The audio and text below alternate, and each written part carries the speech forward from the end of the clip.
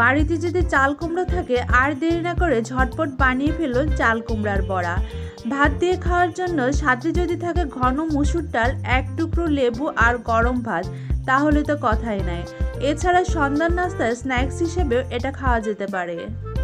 গরম গরম চাল কুমড়ার পাকোড়ার সাথে টমেটো সস কিংবা চিলি সস, সেই সাথে থাকবে 1 কাপ গরম চা। জম্পিস জমে যাবে সন্ধ্যার চায়ের আড্ডা। Hello everyone, welcome to cook with Plabani. চলুন তাহলে কথা না বাড়িয়ে চলে যাই মূল ভিডিওতে।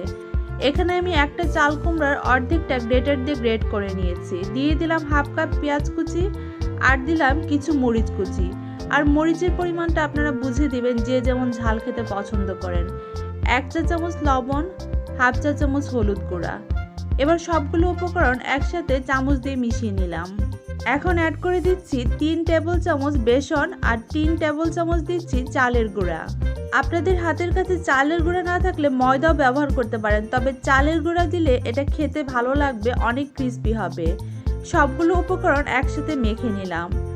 চুলায় একটা প্যান বসিয়ে দিয়ে দিয়েছি 1/2 কাপ রেগুলার রান্নার তেল। এখন এগুলোকে বড়ার শেপে একে একে ফ্রাইং প্যানে দিয়ে দিলাম। প্রথমে আমি 3টা দিয়ে দিলাম। 2 মিনিট মিডিয়াম আঁচে ভাজার পর এবার এগুলোকে একে একে উল্টে দিচ্ছি। অপর পাশটাকে আরও 2-2.5 মিনিট ভেজে উঠিয়ে নিলাম। এভাবেই আমি সবগুলো চাল কুমড়ার বড়া ভেজে নিয়েছি। তো ফ্রেন্ডস, তৈরি হয়ে গেল খুবই মজার চাল কুমড়ার বড়া বা চাল কুমড়ার পাকোড়া, যে যেটাই বলেন, খেতে কিন্তু দারুণ মজা।